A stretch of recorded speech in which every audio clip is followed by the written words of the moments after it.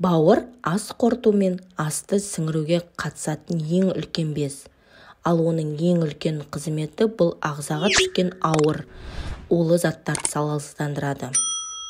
Дәлірек айтсақ, ағзаға түскен қауіпті, пайдасы жоқ тағамдарды реттеуді қолға алатын мүше.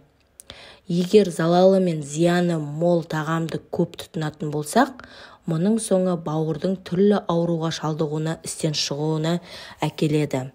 Ендеше, мұның алдын алу үшін мамандардың айтуымен мына 7 түрлі тағамды тұтынуды тоқтату қажет. Ең алдымен мамандардың айтуынша қанты мол тағам тұтынуды доғару қажет, әсіресе газдалған сусынды. Оның құрамындағы химиялық заттар мен хош иістендіргіш зиянды қоспа, мұның бәрі бауырға салмақ салады.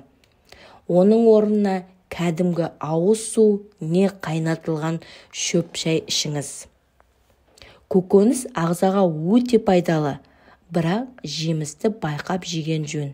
Әсіресе фруктоза, қанттың бір түрі, көп жемістерді азайтқан абзал.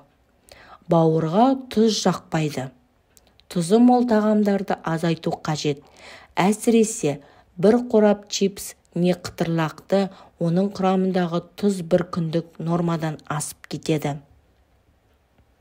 Ішімдік бауырды езіп жібереді.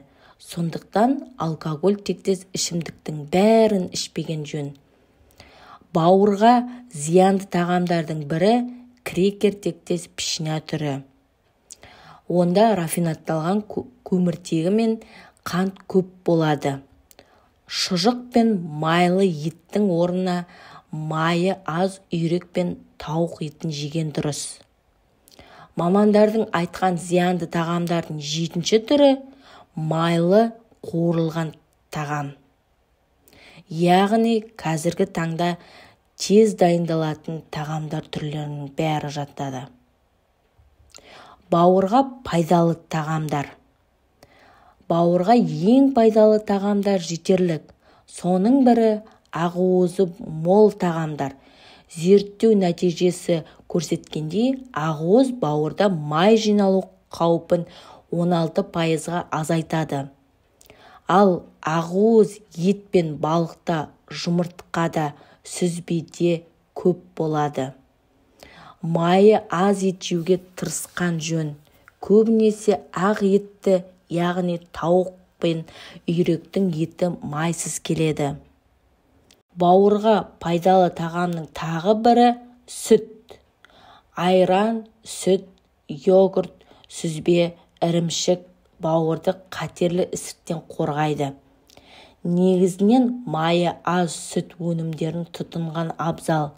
Сүттің құрамындағы ретинол қатерлі ісікке тоқтататын көрінеді.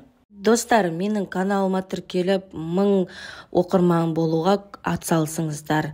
Алдағы уақытта көптеген ақпараттар болады.